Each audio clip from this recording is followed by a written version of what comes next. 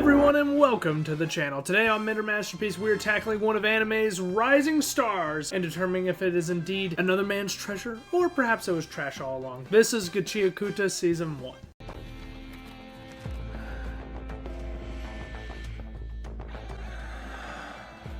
Dude, ew. Imagine you're me. It's a late Friday night, right? You're out on the town, picking up some trash here and there that you find interesting and that you really deeply care for, especially those Pokemon stuffed animals, if you know what I'm talking about. And then, oh, aghast, you are framed for murdering your legal guardian, your father figure, and then you're publicly executed, right? Not a great way to go, but hey, sometimes it happens. And so when I found this extremely relatable series for me, I just had to review it. And just to let you know, we got 5 categories here for you today. We have the beginning category, which is out of 3 points. We have the characters category, which is broken up into main characters, side characters, and antagonists. That's going to be out of 6 points. We have the story section, which is out of 4 points. We have the world building section, which is out of 4 points. And of course, we have the ending section, which is out of 3. That totals to a grand total of 20 points. And if you're wondering why I do these out of 20, because...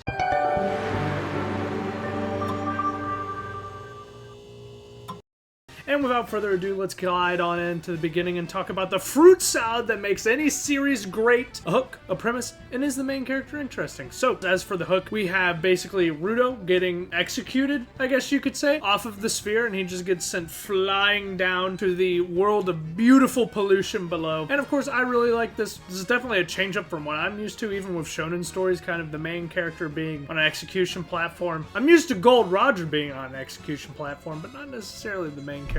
Overall, I did really enjoy this as a very kind of shocking hook and very interesting way to kind of grab me into the series and also make me fall just as far into confusion as Rudo when I eventually hit the bottom. After falling from the sphere and surviving monsters made of trash, he finds himself with the Cleaners, an organization that uses their vital instruments to maintain the little piece that there is left on the ground. But if he sticks with them, he may find a way to get back to that sphere and, of course, avenge Regto as well. I like it. Kind of starts off with a revenge story, which kind of strange for a shonen protagonist. Typically, we don't start off with a revenge story. That's more reserved for the Sasuke of the series. And also, is it interesting? Yes. Because why? I was also the type of person who didn't want to throw away stuff that they cared about because, like, you know, you have an attachment to it. And all my stuffed animals are mine.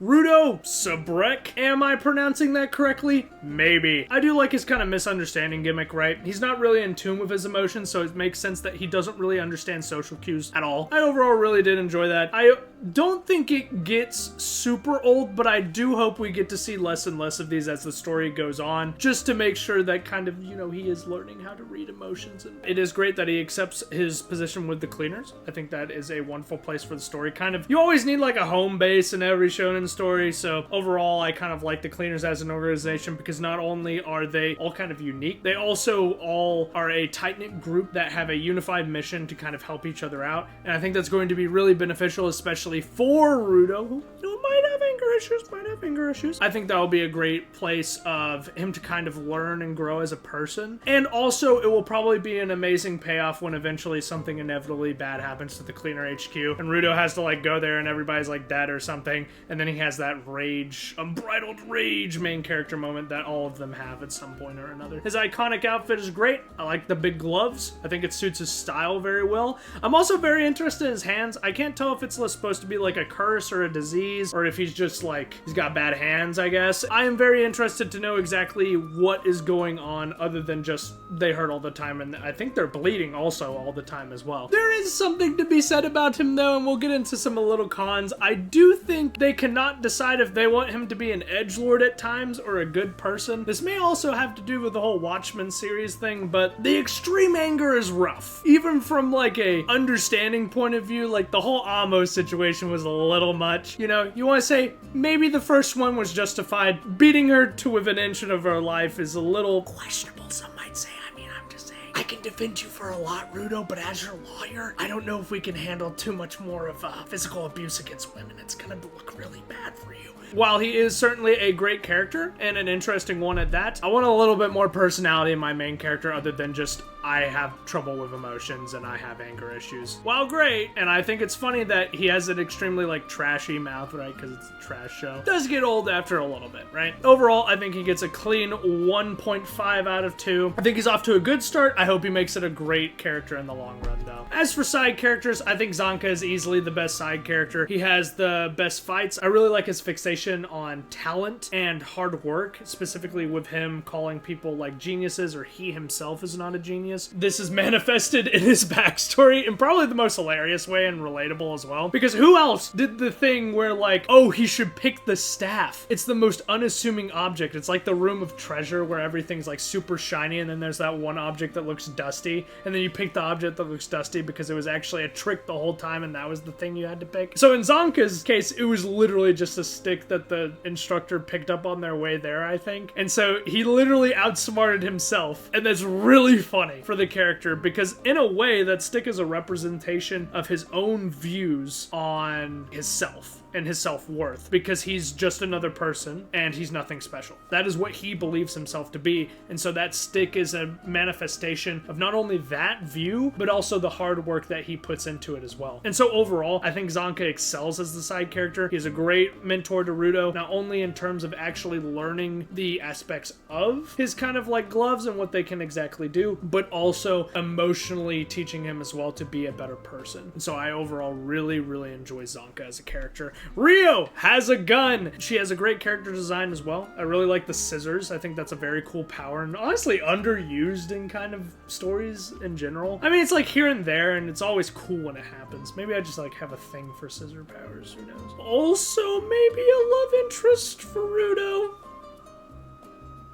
I can't exactly tell yet if they're going that direction or not, but the bed scene was weird, right? I wasn't the only one who thought that home invasion strat was crazy, and then she just kind of like Spider-Man's away after just talking with him for a second. And so I think Rio is a very fun character as well. Injin, he's a great, cool mentor, kind of like a father figure, especially after Regto kind of died. I think that he certainly is very good as well. I do think he also knows way more than he's letting on. This brings me to kind of my next point with the side characters. Granted, you have a ton of them in the cleaners. You have like the boss and he claims he's blind. He can see stuff. He definitely can see stuff because he has the freaking eye tattoo on his back, right? That may be what his vital instrument is. It's like some way to be able to like see things without being able to see things, probably. Then you have kind of like the Black Clover character where he's like in the house and the house itself is his vital. I thought that was very funny as well. And there's also the like receptionist. She's freaking awesome. I like the fact that her vital instrument is glasses also. That's a cool one. I like that a lot. And so outside of Zanka though, when talking about these side characters, granted you kind of like know all the names, you know the designs, you know like a personality quirk about each of them. You really don't get to know about the characters, even Rio and Injin, that much in the series, which is fine, but you had 24 episodes and the only one I really know anything about is Zanka, which granted, he's my favorite. I love Zanka, right? But I do kind of want more on them, and specifically to showcase this, I'll go ahead and talk about the Notebook. I know it's the only reason anybody watches any of my stuff. And so I'm going to just kind of talk about like the tightrope that is mystery and getting to know the characters. Wait, I kind of cooked with the Rio drawing. Get it? Because it's like her hair with like the loop and then it's the scissors.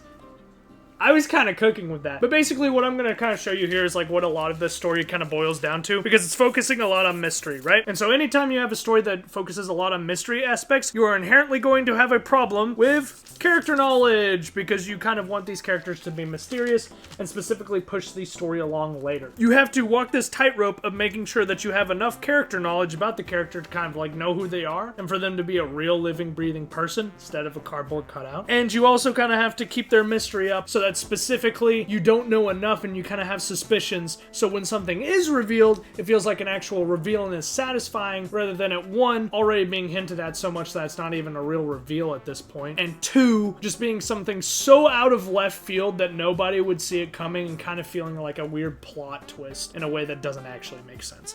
And so specifically within this story, I believe the line is a little bit imbalanced. I would argue that it is far more of this, and so you have characters kind of losing their balance into the mystery part rather than having more character knowledge as a whole. That's why I also believe that, weirdly enough, Rio, which is a character that you get to see a lot, and I think she's really interesting, and I like her a lot, but she has so much mystery about her, especially with the friggin' gun thing that happened. You don't really know that much when you actually sit down and think about it for the first season. Granted, Zanka is a character that you almost have the opposite, where he doesn't really have any mystery about him much at this point other than his sister existing and like the other person at a school. And so you have a lot more character knowledge on him, and so arguably his line's a lot more even. Rio and Engines are a lot more like this, and so when you have a character whose line is imbalanced like that, particularly in a story that mysteries matter a lot, it can feel that you're kind of always playing the mystery game and not actually letting the reader move forward just because you want to have a reveal later on. Now granted, I don't think the story is that big of an offender yet about this, and so I will give these side characters a 1.5 out of 2 because I still think they're really good. I just think we have the mystery game going on with like the boss, we have the mystery game going on with Engine, we have the mystery game going on with Rio, we have the mystery game going on with the Raiders themselves, and the world as a whole. There's so many mysteries, and granted, in kind of like a longer shonen story like this, that makes sense, but I should also kind of have a more depth of understanding of the characters, especially the cleaners, at this point, within 24 episodes. You had 24 episodes to tell me about these characters, and I only know one, really. Now we're going to go on ahead and talk about the antagonists. I think the Raiders are amazing for this series. I think they're super cool in terms of motivation and powers, and they're far more interesting than the cleaners, in my opinion, which is good because you need villains that are actually interesting and draw attention to the story, and not just kind of like the main big bad, which is the Sphere, because we're kind of playing like the triangle game. You have the Sphere, you have the Raiders, and then you have the cleaners, and so you kind of have like this triangle thing, this triangle thing going on, specifically with like different viewpoints and motives within each faction and how they kind of bounce off of each other, right? Jabber is by far the standout in this category. I think he's so cool. I think he's a unique style of insane villain with the drugs and calm lackadaisical behavior that you really don't see all that often, and I think it's interesting specifically for him because he is still a threat on the board. Even though his judgment is impaired with the addiction to both fighting and drugs, he's still interesting in the regard that he can back it up and even beat smarter opponents due to his raw talent. And you specifically have the commentary going on with Zonka and Jabber, where Jabber represents kind of the genius raw talent and Zonka represents like the basic hard work fundamentals. And so I really enjoy kind of the clash of the titans there in that regard as well. I also think that Zodal fits the whole mysterious, philosophical, threatening boss vibe while still being a reasonable threat. Like, he wasn't sitting there in the whole like trash storm arc with the flying trash beast and being like, oh yes, I can solo all of you at the exact same time. Now granted, he might be able to do that because like he is the boss of the Raiders, but that's something that we'll hear later on, and he wasn't basically going to flaunt his power at the very beginning of the series, kind of like a heavy-handed way, because it doesn't make fighting him seem super plot armory as a whole. I do think him playing Teruto's desires with taking down the Sphere is also great because it shows he knows who he's talking to. And I think it's interesting because I wonder if the Watchmen series, specifically with the Wearers, because they're all kind of like broken people, I wonder if they can either share emotions or they can share memories to some extent between each person, because Zodal specifically mentions knowing what Ruto was imagining when he was talking to him. Now granted, it may just be the fact that like he was kind of like suggesting these images to him, so he knew like a rough ballpark of what Ruto was actually thinking. But I think it's more interesting if there's some sort of like mental connection between the Watchmen series Wearers as well. Also, Bundus mentioned he was one of my favorite Raiders, specifically the fact that I thought the doll hands was fun. I also thought it was fun how he was talking about having like them represent him through like his long life and different eras of his personality. I thought that was very fun. I thought the cat one was random, but also kind of like everybody has that random phase, right? I overall really liked Bundus. He was so strong compared to the other Raiders, and maybe that was just because he was like fighting everybody at once and that's kind of how his power was suited to, but my god, did he look like a step above a lot of the other people. I would still assume that like Jabber is stronger than him, and specifically like Zodal would be as well, but for him to even be up like near them is interesting in its own regard as well. So now we're going to talk about Amo. She's kind of like a divisive point, and so specifically what I want to say before I get into her really is that I really enjoyed her backstory. I thought it was is a great representation that we don't get to see a lot in shonen stories. I also think her connection to Ruto is very interesting. I'm sure it'll come into the story later, and I'm very excited for that as well. But I want to talk about some things that I wasn't a huge fan about with her, just because it did kind of bug me. Specifically, Amo's design. I understand it's supposed to be the whole mind of a child and she didn't grow up, so she's still kind of wearing the clothes she had as a child. But the backstory and the point of the character in context with that makes it feel a bit gross. And it also doesn't make sense why they make her as fan servicey as she is. And granted, you could say, oh, Carter, she's not supposed to be fan servicey. I understand that, but there are a lot of different ways you could have drawn that outfit, and specifically you chose that to draw that outfit. I do think she's a little bit at odds with her own messaging, just in terms of the context of her design. I do also think that there are other issues, specifically with the fact that she immediately gets this insane backstory and super importance into the story, was being a Watchman user, and then she gets captured immediately after, and she doesn't go with the cleaners, which I thought was strange, because in my opinion, if you're the cleaners, and specifically you could say that like she didn't want to go with them, whatever. What I would say to do is just take her with you to the cleaner HQ. You can check her up. You can basically keep her under surveillance, whatever you need to do. But specifically do that not only for your own investigation into like kind of the Watchmen series and the Sphere that you're already doing for Ruto, and also specifically because she is a very lonely character. The whole point is the isolation and loneliness drove her crazy, among other things. But that was one of the huge points to the character. And so to me, it feels a little crazy to just kind of be like, oh wow, that really sucks for you, we're leaving. And so I thought that was a little bit of a strange choice within the story as well. Now granted, I do really like the antagonists overall as a whole. I just do think I have some issues with kind of the story's use of them at times, and so I will give them overall a 1.5 out of 2, just because I think they're good. I don't think they've reached that great level yet for antagonists. Specifically, even for a first series run where you're kind of just getting me used to them, I think they need a little bit more to really get there.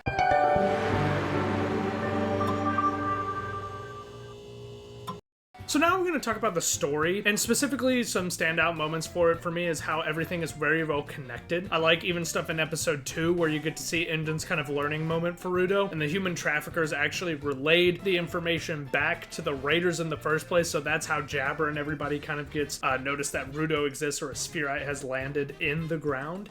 Now also something I do think is kind of interesting in terms of messaging, you have kind of the fall where Ruto falls all the way to the ground. This could also be seen as like a biblical reference to Lucifer's fall, whereas he was kicked out of heaven, Ruto was kicked out of the sphere, and the sphere kind of has very heaven utopic accents with like the gold and the white on the clothing, focus on purity, expunging things that are not pure, stuff of that nature. And so I do think the reference is certainly there. I don't know if this was completely intentional. Specifically also, Ruto has very big anger issues, and this could be seen as kind of him being more of a groundling or a resident of like hell, quote unquote, by the standards of the sphere. Now, I do think it's also interesting that he is the hero of this story, so technically the sphere is bad in this case, so it's kind of like an anti-utopia type story, but they deserve it. And I overall really enjoy that messaging as well. I think it adds to the story. I also kind of like the messaging on how purity and cleanliness can easily be taken too far, and you can see this particularly, and that's essentially what caused the apocalypse in this world, whereas people kept throwing things away and kept essentially discarding things because they wanted to seem more pure and wanted to seem more clean, and over time they had to give up things that they cared about, and that manifested in stuff like the trash beast and basically the polluted world that lies below. Humanity started their own apocalypse, yada yada yada. Classic storytelling there, but I do always think it's a good point as well. I very much enjoy the story, but I do have some cons with it. I think it has shonen fight syndrome, where some fights take unnecessarily long just because the good guys make bad decisions and the bad guys make bad decisions, so that they can have exposition and story progression within their conversations in that in-between time. I do think it's one thing to do this against the raiders because they're going to have lore drops, specifically with Zodal, but against the trash beasts, why would you ever? You can just kill the trash beast, and that makes more sense, and then explain kind of like what they are and how they operate to Ruto after the fact. And you could also just say, oh, but it takes time to beat a trash beast. Most of the cleaners that you see actually fight trash beasts, and the story could easily one-hit it if they actually wanted to. They're just like weirdly playing around with it for some reason, I guess. Now, I do also think it's questionable how they let Ruto wear his spherite clothing for as long as they do. I understand his outfit wasn't ready from the designer, but they They could have given him support clothing at least so he wasn't as big of a target. Another big issue with the story is that the setting and the messaging of it clashes with the tone and comedic moments in a way that just feels like we want to have some lighthearted moments but we don't exactly know where to put them. And so sometimes in the middle of a more serious or dark moment for the story, you have a character randomly cracking a joke to kind of break the tension. But in my opinion, sometimes the jokes don't always land. And specifically with this kind of story, you want to have those darker moments as well to really build the mood and to make the characters feel the pressure and the tension as well. I think it does better for the audience and for your story as a whole. Granted, I don't think you have to completely cut out the commentary. I just think figuring out the right moments for it is a must going forward. I think Amo's fight is ridiculous, and this will be my last point. Basically, why would they ever trust her and take their masks off? That just makes no sense. She's a random person in the middle of nowhere, and she could easily have been a raider at that point. They didn't know. And then she literally makes the entire squad except for Tamsi look like idiots. Specifically, if they did not have their graffiti stuff on them and Tamsi did not just send them all to their deaths and that protected them from dying, the entire team was getting massacred there, which is kind of crazy considering these are all supposed to be highly elite cleaners. And so for them to all get bodied by one girl doing heroes tripping over themselves to make her in an insane position to win is a little bit questionable. I do think that the story overall gets a 2.5 out of 4 for this.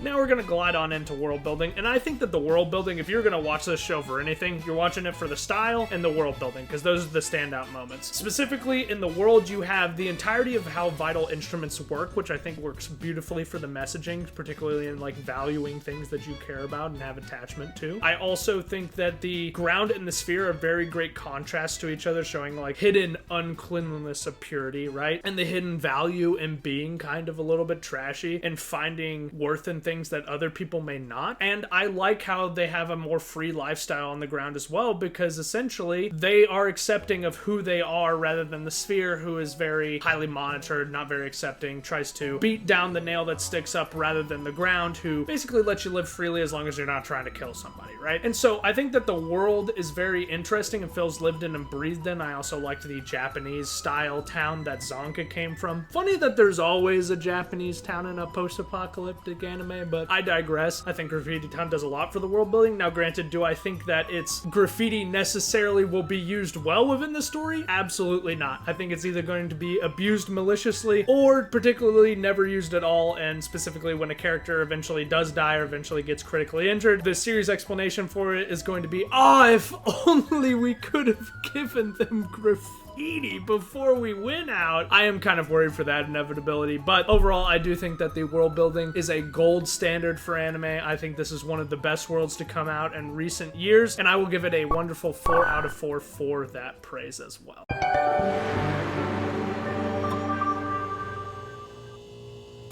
Now we're going to get on into the ending, with the cleaners surviving a direct encounter with the raiders once again and making it out of the flying trash beast. They recover and move on to the next part of the mystery, and find out that the gloves are related to Kana Subrek, the Undertaker, and that's Rudo's last name. Also, Zonka's big sister is here, so that's kind of fun. And I think this ending is certainly good for the series. I do kind of wish I had a little bit more, especially with that 24 episode runtime, but overall I did really enjoy it, and I think it sets up this story extremely well for the next season, and I can't wait to see what happens from there. I will give the ending a wondrous 2.5 out of 3. And so that brings us to a grand total of 17 out of 20.